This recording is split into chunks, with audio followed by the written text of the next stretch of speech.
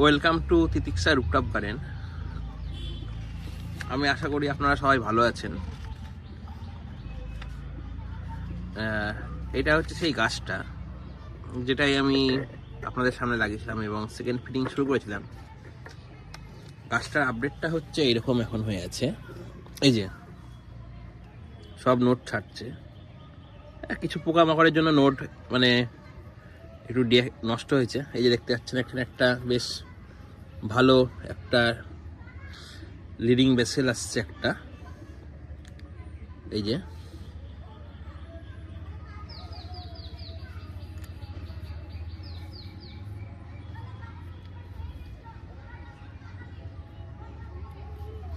এবার জিনিসটা হচ্ছে কি, আমরা যে খাবারটা চলছিল সেই খাবারটা আমি এখনও আরও কদিন কন্টিনিউ করবো, 43 যে খাবারটা আমি দিচ্ছি যেমনভাবে বলা আছে ভিডিওতে। এবার আজকে আমরা যে টপিকটার উপর আলোচনা করব সেটা হচ্ছে গোলাপ গাছের মাটি কীভাবে প্রস্তুত করবো, মানে সয়েল মিডিয়া।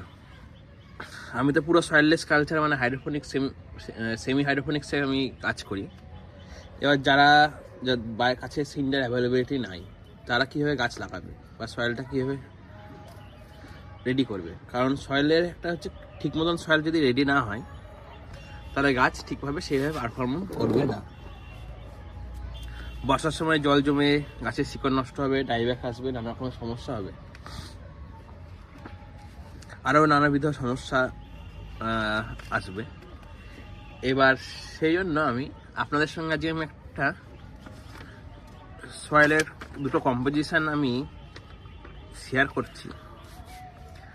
যারা মাটিতে গাছ করতে চাইছেন, মাটিটা এইভাবে রেডি করবেন, তাহলে আশা করি আপনাদের গাছ সিন্ডারের মতনই ভালো হবে এবং ওয়েল ড্রেনেজ সয়েল হবে।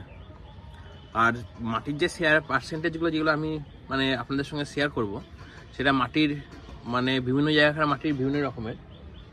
এবার সেইভাবে আপনারা জিনিসটাকে একটু মানে কম বেশি করে নিয়ে আপনাদের মানে এলাকার মাটির উপর ডিপেন্ড করে করবেন। আমি আপনাদেরকে মাটি নাই আমার কাছে এই মুহূর্তে, এই জন্য আমি মাটি কীভাবে হচ্ছে বা কী আমি ওটা দেখাচ্ছি না, এতে পরে ভিডিওর লেন্থটা অনেকটা বেড়ে যায়। এই যে আমার সব বাগানের মোটামুটি এখন এই কন্ডিশনে আছে। আমি সব ফুল কেটে দিয়েছি। যে বাইরে আমার জারবেরা গাছ রাখা আছে।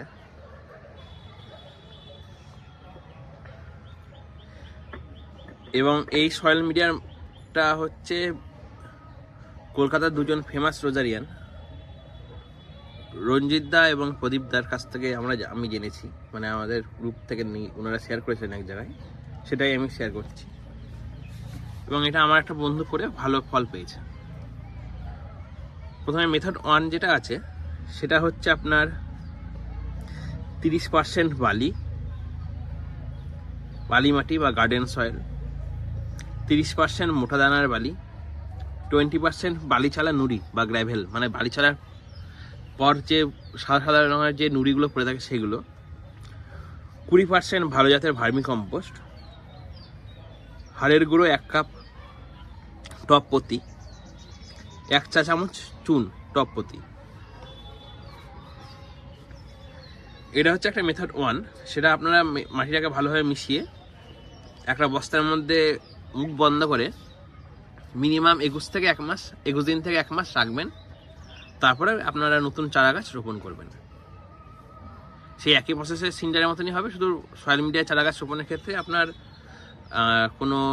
আমরা বেয়ার রুট করবো না এবং কোনো পাতা কাটার দরকার পড়বে না, যদি আপনার পাতা যদি খুব খারাপ না হয়। আরেকটা হচ্ছে আপনার সয়েল মিডিয়া প্রিপারেশন হচ্ছে, সেটা হচ্ছে আপনার ফাঙ্গিসাইড আর সাপ্লিমেন্ট।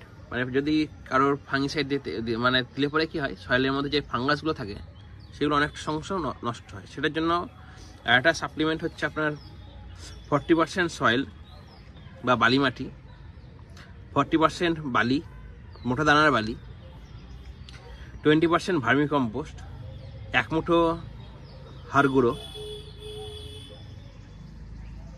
1 মুঠো হর্নফ্লেক্স আর 2 গ্রাম ব্লাইটক্স বা যে কোনো ফাঙ্গিসাইড।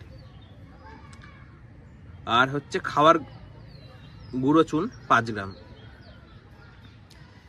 এইভাবে এইগুলো মিশ্রণগুলো বানাবেন 10 ইঞ্চির পটের হিসাবে। তারপরে আপনারা যেমন 10 ইঞ্চি পটের হিসাবে যদি করেন তাহলে সেইভাবে আপনারা মানে ভাগ করে নিন নতুন পটে, 6 ইঞ্চি পটে। আর এই মাটির মিশ্রণটা আপনারা নতুন গাছ রিপোর্ট করার সময়তেও ব্যবহার করতে পারেন। আর আমি আপনাদের সামনে শেয়ার করছি যে কাগজটা, আপনারা যদি স্ক্রিনশট নিতে চান নিতে পারেন।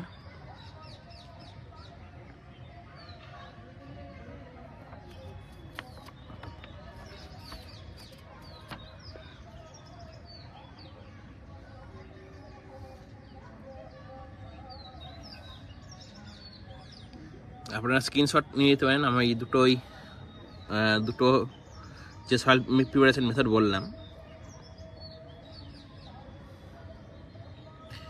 আশা করি এইভাবে আপনারা সয়েল মিডিয়া বানালে পরে আপনাদের গাছ ভালো হবে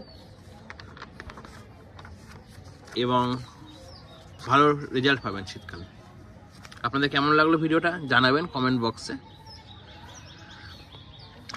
আর এরকম একটু কভার ভিডিওটাকে like comment share and subscribe করবেন, তাহলে আমিও উৎসাহিত হব। চ্যানেলটা সাবস্ক্রাইব করবেন, তাহলে আমিও আরও নতুন কিছু ভিডিও আনতে মানে উৎসাহিত পাবো। এবং আমি খুব তাড়াতাড়ি একটা গোলাপ গাছের মিক্স ফুড শেয়ার করব চ্যানেলে, পাশে থাকবেন। এবং সেটা অথেন্টিকেটেড, মানে কোনো সেটার সঙ্গে আপনারা সেই মিক্স ফুডটা ইউজ করলে রেজাল্ট আপনারা পেতে বাধ্য 100%।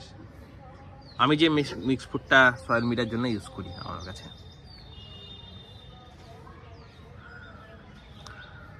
ভালো থাকবেন, সুস্থ থাকবেন। দেখা হচ্ছে পরের ভিডিওতে নতুন কোনো টপিকে।